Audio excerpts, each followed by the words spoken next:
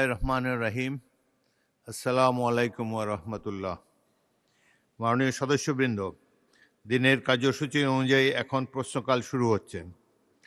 প্রশ্নকালের প্রথম 30 মিনিট মাননীয় প্রধানমন্ত্রী কর্তৃক উত্তরদানের জন্য নির্ধারিত। টাঙ্গাইল 6 আসন থেকে নির্বাচিত মাননীয় সংসদ সদস্য জনাব মোহাম্মদ রবিউল আউয়াল, আপনি তারকা চিহ্নিত প্রশ্ন 18 পাঠ করতে পারেন। বিসমিল্লাহির রহমানির রহিম। মাননীয় স্পিকার, আপনাকে ধন্যবাদ। আমি মোহাম্মদ রবিউল আউয়াল, 135 টাঙ্গাইল 6। মাননীয় প্রধানমন্ত্রী অনুগ্রহ করিয়া বলিবেন কি, কৃষি উৎপাদন ও উৎপাদনশীলতা বৃদ্ধি, পতিত জমি, আবাদ ও কৃষিপণ্য বহুমুখীকরণ প্রণোদনা ও পুনর্বাসন সহায়তা, কৃষিপণ্য সংরক্ষণ, প্রক্রিয়াকরণ ও রপ্তানি, গবেষণা ও উদ্ভাবন এবং জলবায়ু পরিবর্তনের প্রভাব মোকাবেলায় স্মার্ট কৃষি কার্যক্রম বাস্তবায়নে আপনার সরকার যেই সকল পরিকল্পনা গ্রহণ করিয়াছেন তাহা কি? ধন্যবাদ মাননীয় সদস্য। তারকা চিহ্নিত প্রশ্ন 18 সংসদে উত্থাপিত হলো। মাননীয় প্রধানমন্ত্রী। বিসমিল্লাহির রহমানির রহিম। মাননীয় স্পিকার, মাননীয় সংসদ সদস্য, আপনাদেরকে ধন্যবাদ। মাননীয় সংসদ সদস্য, আপনার যে প্রশ্ন করেছেন সে সম্পর্কে আমি বলতে চাই, মাননীয় স্পিকার, বাংলাদেশ একটি কৃষি নির্ভর দেশ। দেশের খাদ্য নিরাপত্তা, দারিদ্র্য বিমোচন এবং অর্থনৈতিক উন্নয়নে অবশ্যই কৃষির ভূমিকা অত্যন্ত গুরুত্বপূর্ণ। তবে আমরা যেটি সবাই দেখছি, আমাদের চোখের সামনেই ঘটছে বিভিন্ন বিষয়, যেমন জলবায়ু পরিবর্তন, জনসংখ্যা বৃদ্ধি, জমির পরিমাণ হ্রাস এবং প্রযুক্তির যে সীমাবদ্ধতা, এ সকল কারণে কৃষিখাত বিভিন্ন রকম চ্যালেঞ্জের সম্মুখীন। আমাদেরকে এসব চ্যালেঞ্জ মোকাবেলা করেই কৃষি উৎপাদন এবং উৎপাদনশীলতা বৃদ্ধির মাধ্যমে কৃষিকে টেকসই এবং লাভজনক খাতে রূপান্তর করার লক্ষ্যে সমগ্র দেশবাসী দেখেছেন আমরা এরই ভিতরে 14 এপ্রিল কৃষক কার্ড, আমরা যেটি প্রতিশ্রুতি দিয়েছিলাম নির্বাচনের পূর্বে, সেটির কাজ আমরা শুরু করেছি। কৃষক কার্ড আমরা বিতরণ করেছি। এই কার্ডের মাধ্যমে আমরা কৃষকদের কাছে 10টি সেবা, যথা ন্যায্য মূল্যে কৃষি উপকরণ বিতরণ, সরকারি ভর্তুকি ও প্রণোদনা প্রদান, স্বল্প মূল্যে কৃষি যন্ত্রপাতি সরবরাহ, ন্যায্য মূল্যে সেচ সুবিধা, সহজ শর্তে কৃষি ঋণ, কৃষি বীমা সুবিধা, ন্যায্য মূল্যে কৃষি পণ্যের বিক্রয়ের সুবিধা, কৃষি বিষয়ক প্রশিক্ষণ, ডিজিটাল প্ল্যাটফর্মে আবহাওয়া এবং বাজার তথ্য প্রাপ্তি সহ ফসলের রোগবালাই দমনের পরামর্শ প্রদান, এই সকল বিষয় আমরা কৃষকদের কাছে পৌঁছে দেওয়ার চেষ্টা করব এবং ইনশাল্লাহ আমরা পৌঁছে দিতে সক্ষম হব। পর্যায়ক্রমিকভাবে মাননীয় স্পিকার, দেশের সকল কৃষককে আমরা এই কার্ড প্রদান করব, যার পরিমাণ প্রায় 2,75,00,000 কৃষক। মাননীয় স্পিকার, এছাড়াও কৃষির উন্নয়নে বর্তমান সরকার আরও অনেকগুলো সময় উপযোগী পরিকল্পনা গ্রহণ করেছে। আমি সকলের জানার স্বার্থে, মাননীয় সংসদ সদস্যবৃন্দ এবং দেশবাসীর জানার স্বার্থে আমি এই সংসদের গুরুত্বপূর্ণ সময়ের ভিতরে এই বিষয়গুলি সংক্ষেপে তুলে ধরতে চাই। প্রথমত, কৃষি উৎপাদন ও উৎপাদনশীলতা বৃদ্ধির জন্য সরকার উন্নত ও উচ্চ ফলনশীল বীজ, সুষম সার ব্যবহারের পাশাপাশি আধুনিক সেচ ব্যবস্থা সম্প্রসারণের পরিকল্পনা নিয়েছে। এই জন্য ইতিমধ্যেই 20,000 কিলোমিটার খাল খননের কর্মসূচি সরকার হাতে নিয়েছে, যা ইনশাল্লাহ আমরা আগামী 5 বছরে করব।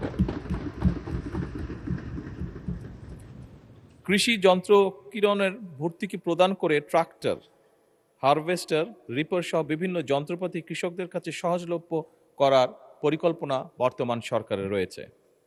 মাননীয় স্পিকার, পতিত জমি আবাদের আওতায় আনা এবং জমির সর্বোত্তম ব্যবহার নিশ্চিত করার জন্য ক্রপ জোনিং পদ্ধতি চালু করা হয়েছে। এর মাধ্যমে নির্দিষ্ট অঞ্চলের মাটি, আবহাওয়া ও পরিবেশ উপযোগী ফসল নির্ধারণ করা হয়। তার ফলে জমির অপচয় কমে এবং ফসলের উৎপাদন বৃদ্ধি পায়। একই সাথে পতিত জমি চিহ্নিত করে সেগুলিকে আবাদের আওতায় আনার জন্য বিভিন্ন কর্মসূচি গ্রহণ করা হয়েছে, যেমন খাল খনন কর্মসূচির মাধ্যমে ভূ উপরিস্থ পানির ব্যবহার বৃদ্ধির মাধ্যমে পতিত জমি কৃষির আওতায় আনার উদ্যোগ গ্রহণ করা হয়েছে মাননীয় স্পিকার।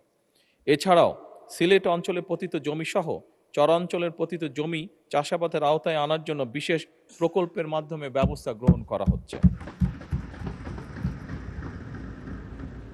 মাননীয় স্পিকার, কৃষি পণ্যের বহুমুখীকরণে সরকার বিশেষ গুরুত্ব দিচ্ছে।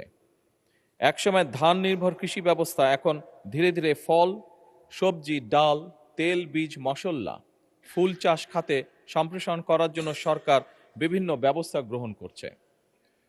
মাননীয় স্পিকার, কৃষকদের জন্য প্রণোদনা ও সহায়তা কার্যক্রম স্বচ্ছ ও জবাবদিহিমূলক করার জন্য কৃষক কার্ডের মাধ্যমে কৃষকদের বীজ, সার, কৃষিযন্ত্র ক্রয় সহ বিভিন্ন খাতে ভর্তুকি প্রদান করা হবে ইনশাল্লাহ। তাছাড়া কৃষকদের জন্য স্বল্প সুদের কৃষি ঋণ এবং ফসল বীমা চালু করার উদ্যোগ গ্রহণ করার পরিকল্পনা আমাদের রয়েছে। মাননীয় স্পিকার, প্রাকৃতিক দুর্যোগে ক্ষতিগ্রস্ত কৃষকদের পুনর্বাসনের জন্য বিশেষ সহায়তা কার্যক্রম গ্রহণ করা হচ্ছে। দেশের ভূমিহীন, প্রান্তিক ও ক্ষুদ্র চাষীদের কল্যাণে প্রতি অর্থ বছর কৃষি মন্ত্রণালয়ের বাজেটের কৃষি পুনর্বাসন সহায়তা খাতে অর্থ বরাদ্দ প্রদান করা হয়। চলতি 2025-2026 অর্থ বছরে কৃষি পুনর্বাসন সহায়তা খাতে 700 কোটি টাকা বরাদ্দ রয়েছে। মাননীয় স্পিকার, উক্ত বরাদ্দ হতে ক্ষুদ্র প্রান্তিক কৃষকদের বিনামূল্যে বীজ, সার ও অন্যান্য কৃষি উপকরণ বিতরণ বাবদ 401 কোটি 60 লক্ষ টাকা ছাড় করা হয়েছে। এর মধ্যে মাননীয় স্পিকার, এতে করে 25,22,000 ক্ষুদ্র প্রান্তিক কৃষক উপকৃত হয়েছে। মাননীয় স্পিকার, কৃষিপণ্য সংরক্ষণের লক্ষ্যে আধুনিক কোল্ড স্টোরেজ ও গুদাম নির্মাণ করা হচ্ছে। এছাড়া ফল ও সবজি সংরক্ষণের জন্য মিনি কোল্ড স্টোরেজ স্থাপন এবং পেঁয়াজ সংরক্ষণের জন্য এয়ার ফ্লো মেশিন বিতরণের উদ্যোগ গ্রহণ করা হয়েছে প্রায় 7,000। কৃষিপণ্যের রফতানির লক্ষ্যে উত্তরাঞ্চলে কৃষিপণ্য রফতানি অঞ্চল প্রতিষ্ঠা এবং ক্রয় কেন্দ্র স্থাপনের পরিকল্পনা বর্তমান সরকার নিয়েছে। মাননীয় স্পিকার, কৃষি গবেষণা উদ্ভাবনে সরকার ব্যাপক গুরুত্ব দিচ্ছে। বিভিন্ন গবেষণা প্রতিষ্ঠান যেমন বাংলাদেশ কৃষি গবেষণা ইনস্টিটিউট বারি, বাংলাদেশ ধান গবেষণা ইনস্টিটিউট ব্রি, বাংলাদেশ পরমাণু কৃষি গবেষণা ইনস্টিটিউট বিনা, এই সকলের মাধ্যমে অধিক ফলনশীল, রোগ প্রতিরোধী এবং স্বল্পমেয়াদী নতুন জাতের ফসল উদ্ভাবনের উদ্যোগও সরকার গ্রহণ করছে। মাননীয় স্পিকার, বিশেষ করে জলবায়ু সহনশীল ফসল উদ্ভাবনে জোর দেওয়া হচ্ছে, যাতে করে পরিবর্তিত পরিবেশেও কৃষি উৎপাদন বজায় থাকে। মাননীয় স্পিকার, জলবায়ু পরিবর্তনের প্রভাব মোকাবেলায় ক্লাইমেট স্মার্ট কৃষি বাস্তবায়ন করার পরিকল্পনা রয়েছে বর্তমান সরকারের। লবণাক্ততা, খরা ও বন্যা সহ সহনশীল ফসল চাষ, পানি ব্যবস্থার উন্নয়ন এবং টেকসই কৃষি প্রযুক্তি ব্যবহারের মাধ্যমে কৃষিকে পরিবেশ বান্ধব করা, কম সেচ, কম রাসায়নিক সার ও কম কীটনাশক প্রয়োগের মাধ্যমে ফসল উৎপাদন, প্রিপেইড মিটার স্থাপন এবং সেচের অল্টারনেট ওয়েটিং অ্যান্ড ড্রাইং পদ্ধতির মাধ্যমে খরাপ্রবণ অঞ্চলে ভূগর্ভস্থ পানির ব্যবহার কমিয়ে পরিবেশের ভারসাম্য রক্ষা, মোবাইল অ্যাপ যেমন খামারি অ্যাপস ব্যবহার করে স্থানভিত্তিক উপযুক্ত ফসল চাষ করে সেচ, সার সহ অন্যান্য উপকরণের সর্বোত্তম ব্যবহার, প্রিসিশন এগ্রিকালচার ইত্যাদির জন্য উদ্যোগ গ্রহণ করা হচ্ছে। মাননীয় স্পিকার, ধন্যবাদ। মাননীয় সদস্য জনাব রবিউল আউয়াল একটি সম্পূরক প্রশ্ন করতে পারেন। বিসমিল্লাহির রহমানির রহিম। মাননীয় স্পিকার, আপনাকে ধন্যবাদ। আসলে বাংলাদেশ কৃষি নির্ভরশীল দেশ। কৃষি নির্ভরতাই আমাদের মূল। এই দেশকে উপলক্ষ করে জমি সংক্রান্ত ব্যাপারে কিছু কথা বলতে চাই। মাননীয় প্রধানমন্ত্রী, সয়েল টেস্টের ব্যাপারে বিভিন্ন যে জায়গায় যে কথা হচ্ছে উন্নয়নের ক্ষেত্রে, সেই ক্ষেত্রে আমাদের যারা তারেক রহমান যে নীতিমালা দিয়েছেন তাকে সাধুবাদ জানাই। আমি জনাব তারেক রহমানের বর্তমান প্রধানমন্ত্রী বাংলাদেশের গণ উন্নয়নের লক্ষ্য নিয়ে যিনি কাজ করছেন, বিশেষ করে কৃষি নির্ভরতা, তাকেও ধন্যবাদ জানাই। মাননীয় সদস্য, জি, প্রধানমন্ত্রী যে উত্তর দিলেন এই প্রেক্ষিতে কোনো প্রশ্ন আছে কিনা সেটা সরাসরি বলেন। আমি আপনাকে ধন্যবাদ জানাচ্ছি এবং মাটির উর্বরতার ক্ষেত্রে কোনো সয়েল টেস্টের মাধ্যমে যদি কিছু করা যায় সেই ক্ষেত্রে কোনো ভূমিকা আছে কিনা। ধন্যবাদ আপনাকে। মাননীয় প্রধানমন্ত্রী। মাননীয় সংসদ সদস্য, আপনার সম্পর্ক প্রশ্নের জন্য ধন্যবাদ। মাটির উর্বরতা বৃদ্ধির একটি পরিকল্পনা সরকার গ্রহণ করছে। আপনি জানেন যে বিভিন্ন মাননীয় স্পিকার, কেমিক্যাল সার ব্যবহার করার ফলে আমাদের অনেক জায়গায় মাটির উর্বরতা কমে গিয়েছে এবং সেই জন্যই মাটির বিভিন্ন বিষয় টেস্ট করার মাধ্যমে আমরা ন্যানো সারের প্রয়োগ বৃদ্ধি করতে চাচ্ছি, দেশে প্রচলনটা তৈরি করতে চাচ্ছি, যাতে করে সারের খরচও কমে এবং মাটির যে উর্বরতা শক্তি সেটি নষ্ট না হয়। এবং একই সাথে আরেকটি বিষয় আছে, বিভিন্ন জায়গায় মাটির যে উর্বরতা নষ্ট হয়ে যাওয়ার কারণে চুনের ব্যবহার করার মাধ্যমে মাটির উর্বরতা বৃদ্ধি করা সম্ভব, রাসায়নিক যে ক্রিয়াটি থাকে সেটিকে নিউট্রিলাইজ করা সম্ভব, সেই উদ্যোগও গ্রহণ করছে সরকার। ধন্যবাদ। মাননীয় সদস্য মাসুম মুস্তফা, নেত্রকোনা 5। মাননীয় স্পিকার, আপনাকে ধন্যবাদ। আমি মাননীয় প্রধানমন্ত্রীর কাছে বিনয়ের সাথে জানতে চাই, কৃষি, কৃষক, কৃষি শ্রমিক, কৃষি বাংলাদেশের মেরুদণ্ড, অর্থনীতির মেরুদণ্ড। কৃষকের জন্য মাননীয় প্রধানমন্ত্রী ইতিমধ্যে কৃষক কার্ড চালু করেছেন, এজন্য ধন্যবাদ জানাই। কৃষি শ্রমিকদের জন্য, তাদের অর্থনৈতিক সমৃদ্ধির জন্য, তাদের ভাগ্য উন্নয়নের জন্য বিশেষ কোনো পরিকল্পনা নেবেন কিনা। ধন্যবাদ মাননীয় স্পিকার আপনাকে। মাননীয় প্রধানমন্ত্রী। মাননীয় সংসদ সদস্য, আপনাকে ধন্যবাদ। কৃষি শ্রমিক যারা আছেন, আমি বলেছি আমার মূল বক্তব্য উপস্থাপনের সময় আমি বলেছি যে প্রান্তিক কৃষক যারা আছেন তাদেরকে আমরা এই কৃষক কার্ড সহায়তার মধ্যে নিয়ে এসেছি এবং প্রান্তিক কৃষক বা একদম ক্ষুদ্র কৃষক যারা আছেন তাদেরকে সহায়তা যেটা আমরা দিচ্ছি সেইটার ভেতর দিয়েই আমরা কৃষি শ্রমিক যারা আছে তাদেরকে আমরা সহায়তা পৌঁছে দিতে চেষ্টা করব।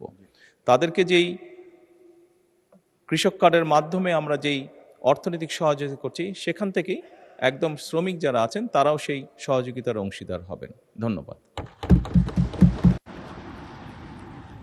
পরবর্তী প্রশ্ন, তারকা চিহ্নিত প্রশ্ন 19, কুমিল্লা 9 থেকে নির্বাচিত সংসদ সদস্য মোহাম্মদ আবুল কালাম। আপনি প্রশ্নটি উত্থাপন করুন। বিসমিল্লাহির রহমানির রহিম। মাননীয় স্পিকার, আপনাকে ধন্যবাদ। মাননীয় স্পিকার, মাননীয় প্রধানমন্ত্রী কর্তৃক মৌখিক উত্তরদানের জন্য মাননীয় প্রধানমন্ত্রী বরাবর আমার তারকা চিহ্ন প্রশ্ন নং 19 মহান জাতীয় সংসদে উত্থাপন করছি। মাননীয় প্রধানমন্ত্রী, অনুগ্রহ করিয়া বলিবেন কি, ক, একটি উন্নত, সমৃদ্ধ, মর্যাদাশীল বাংলাদেশ গড়িয়া তুলিতে বর্তমান সরকারের কোনো উদ্যোগ গ্রহণ করিয়াছে কিনা, এবং খ, ক প্রশ্নের উত্তর যদি হাঁ সূচক হয় তাহা কি। মাননীয় স্পিকার, আপনাকে ধন্যবাদ। মাননীয় প্রধানমন্ত্রী। মাননীয় সংসদ সদস্য, আপনাকে ধন্যবাদ আপনার প্রশ্নের জন্য। আপনি যে প্রশ্নটি করেছেন, প্রথম যে শব্দ দুটি ব্যবহার করেছেন, উন্নত ও মর্যাদাশীল, অবশ্যই আমরা নির্বাচনের আগে জনগণের সামনে একটি ম্যানিফেস্টো উপস্থাপন করেছিলাম এবং সেই ম্যানিফেস্টোর মূল লক্ষ্যই ছিল একটি উন্নত এবং সমৃদ্ধশীল বাংলাদেশ, উন্নত, সমৃদ্ধশীল, মর্যাদাশীল বাংলাদেশ গঠন করার, এবং সেটির জন্যই বাংলাদেশের মানুষ এই ম্যানিফেস্টো গ্রহণ করেছে বলেই বাংলাদেশ জাতীয়তাবাদী দল সরকার গঠনে সক্ষম হয়েছে।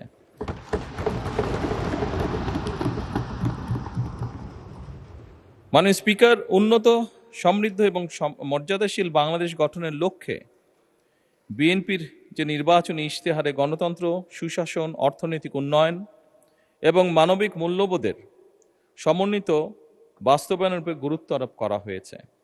এতে অবাধ ও সুষ্ঠু নির্বাচন, প্রশাসনিক স্বচ্ছতা ও জবাবদিহিতা নিশ্চিত করার পাশাপাশি অবশ্যই আইনের শাসন, মানবাধিকার ও মত প্রকাশের স্বাধীনতা প্রতিষ্ঠার কথা বলা হয়েছে। দুর্নীতি দমন, বিনিয়োগ ও শিল্পায়ন বৃদ্ধি, কর্মসংস্থান সৃষ্টি এবং মানব সম্পদ উন্নয়নের মাধ্যমে অর্থনৈতিক সমৃদ্ধি অর্জনের লক্ষ্য নির্ধারণ করা হয়েছে। একই সঙ্গে শিক্ষা, স্বাস্থ্য, কৃষি ও সামাজিক সুরক্ষা খাতে উন্নয়ন জোরদার করে অন্তর্ভুক্তিমূলক ও বৈষম্যহীন সমাজ গঠনের উপরে বিশেষ গুরুত্ব আরোপ করা হয়েছে।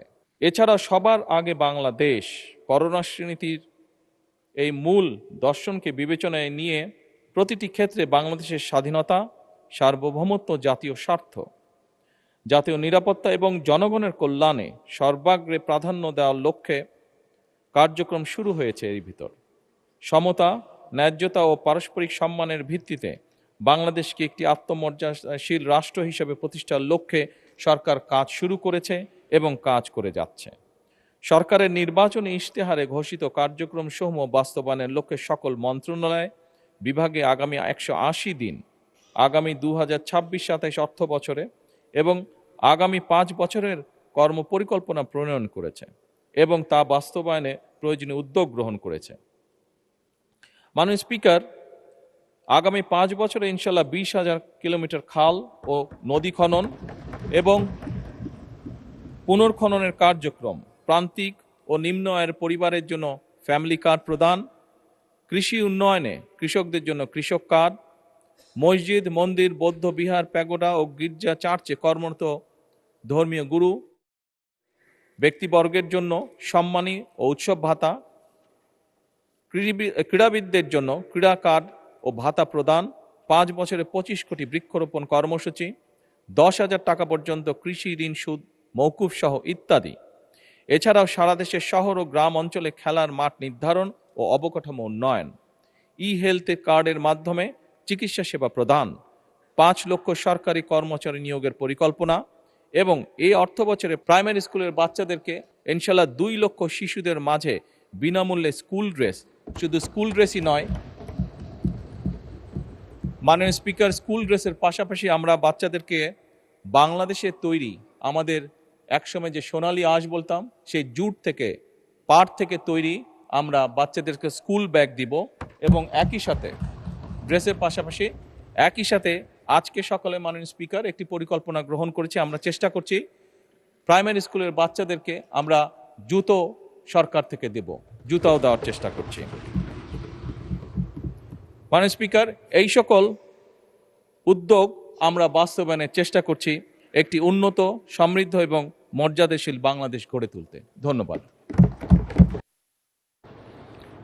মাননীয় সদস্য মোহাম্মদ আব্দুল কালাম, আপনি একটি সম্পূরক প্রশ্ন করতে পারেন। মাননীয় স্পিকার, আপনাকে ধন্যবাদ। আমার প্রশ্নের বিস্তারিত উত্তর জানার জন্য আমি মাননীয় প্রধানমন্ত্রীকে প্রতি ধন্যবাদ সহ আন্তরিকভাবে কৃতজ্ঞতা জানাচ্ছি। আমার সম্পূরক প্রশ্নটি হল, মাননীয় প্রধানমন্ত্রীর নিকট, প্রাথমিক বিদ্যালয়ের 2 লক্ষ শিশুদের বিনামূল্যে স্কুল ড্রেস কবে থেকে বিতরণ শুরু হবে? ধন্যবাদ। মাননীয় প্রধানমন্ত্রী। মাননীয় স্পিকার এবং মাননীয় সংসদ সহ আপনাদেরকে ধন্যবাদ আমাকে এই উত্তরটি দেবার সুযোগ করে দেওয়ার জন্য। মাননীয় সংসদ সদস্য, আপনি যে প্রশ্ন করেছেন কবে থেকে দেওয়া হবে, ইনশাল্লাহ আমরা চেষ্টা করব এই অর্থ বছর থেকেই এই কাজটি শুরু করার জন্য।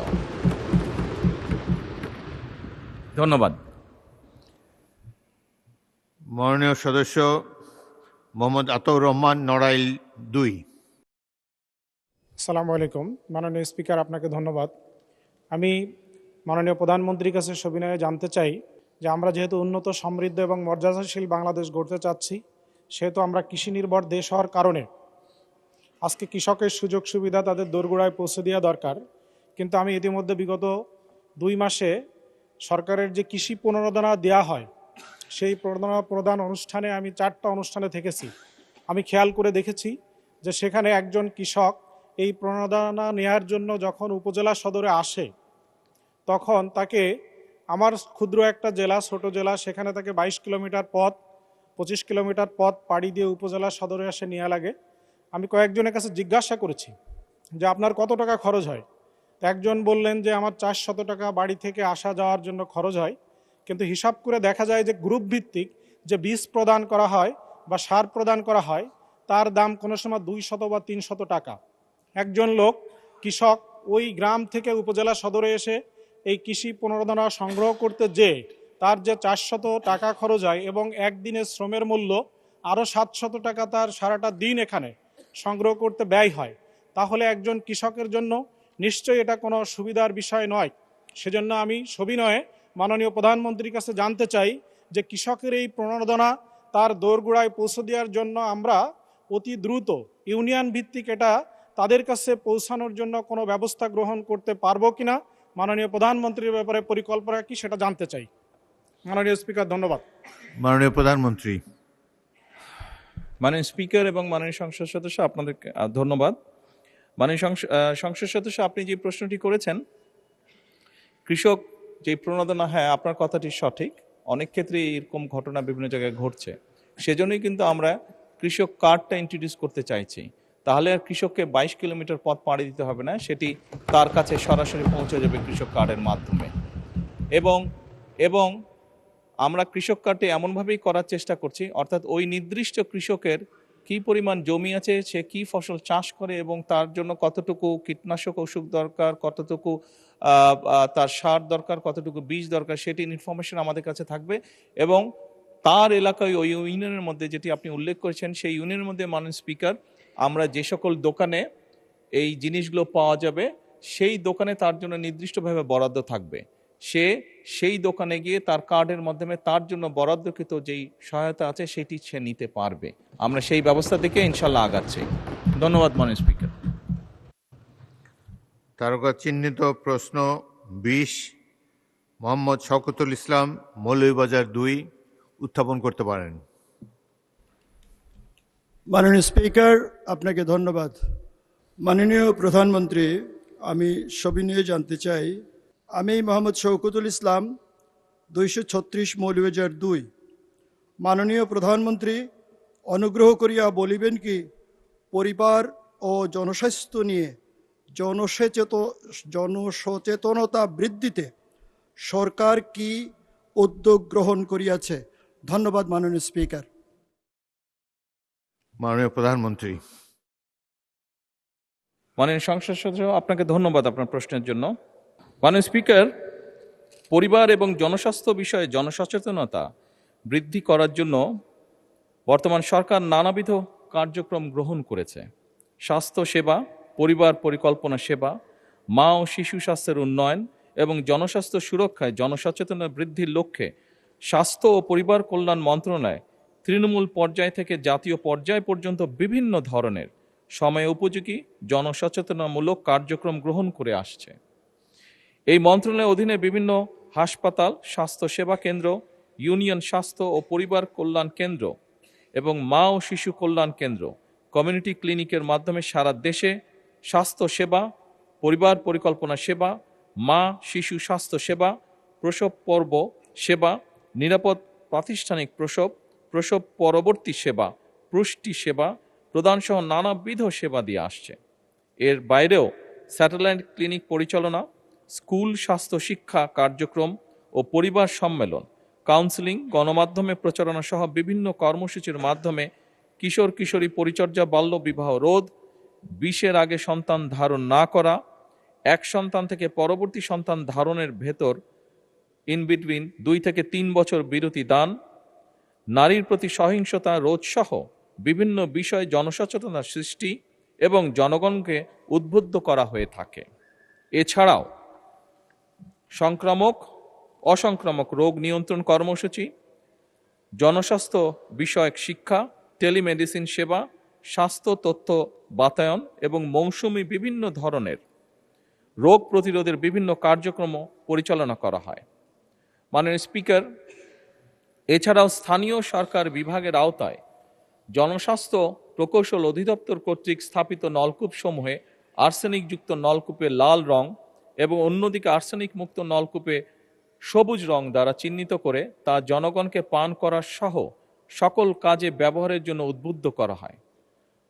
পানি এবং স্যানিটেশন টেকসই ব্যবহার নিশ্চিত ও সচেতনতা সৃষ্টি করার জন্য পৌরসভাসমূহে উন্নয়ন প্রকল্পের মাধ্যমে নিরাপদ পানি সরবরাহ পরিকল্পনা বাস্তবায়ন সহ বিভিন্ন সচেতনতামূলক কার্যক্রম যেমন কর্মশালা, উঠান বৈঠক ইত্যাদি গ্রহণ করা হচ্ছে।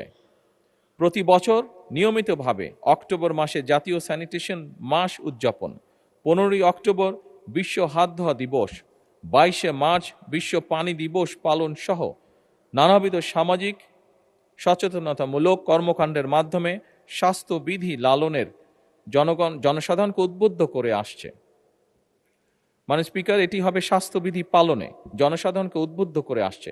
এছাড়াও মানব বর্জ্য সংগ্রহ, পরিবহন, পরিশোধন ও পুনর্ব্যবহার এবং কঠিন বর্জ্য উৎসে পৃথকীকরণ, সংগ্রহ, পরিবহন, পরিশোধন ও পুনর্ব্যবহার করা হচ্ছে।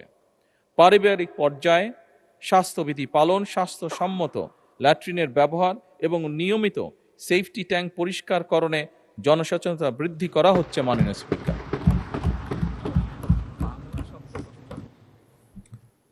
মাননীয় সদস্য মোহাম্মদ শওকতুল ইসলাম একটি সম্পূরক প্রশ্ন করতে পারেন।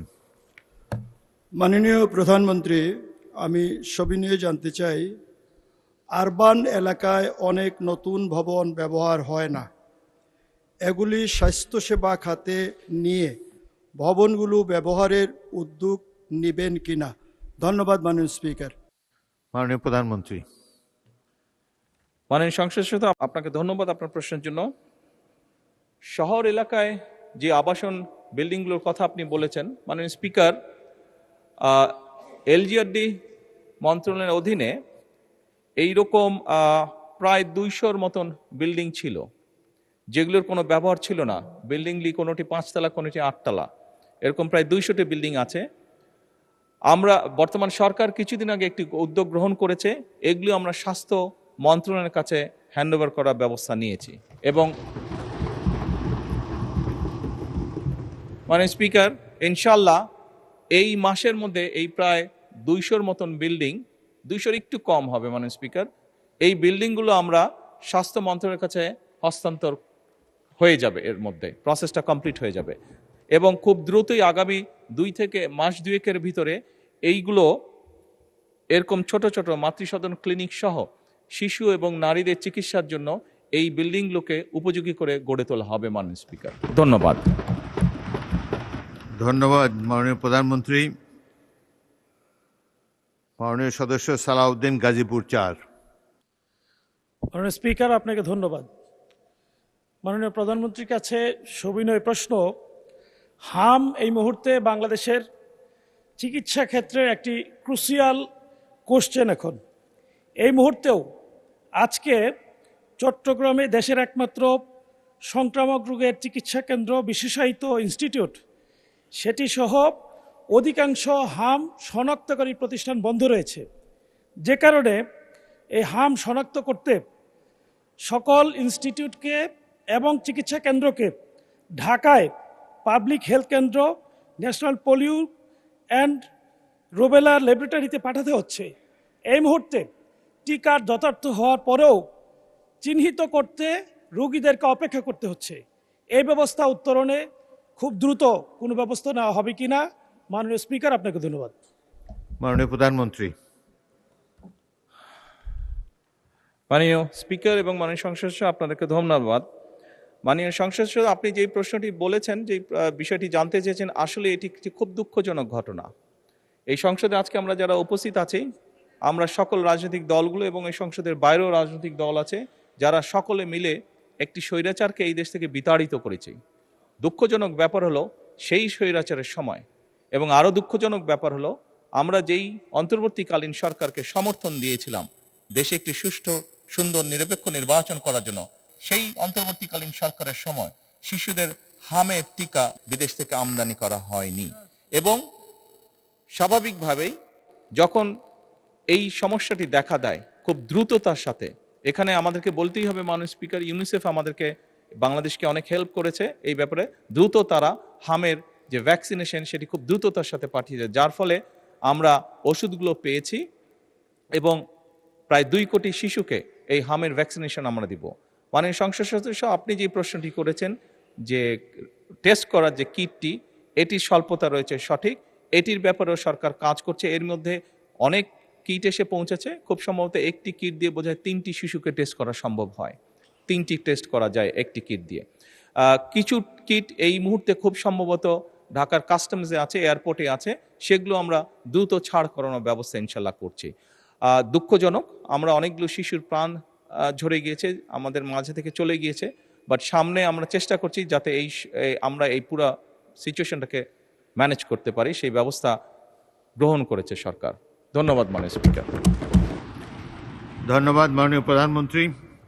মাননীয় সদস্যবৃন্দ, মাননীয় প্রধানমন্ত্রীর জন্য নির্ধারিত প্রশ্ন জিজ্ঞাসা ও উত্তর পর্ব এখানে শেষ হলো।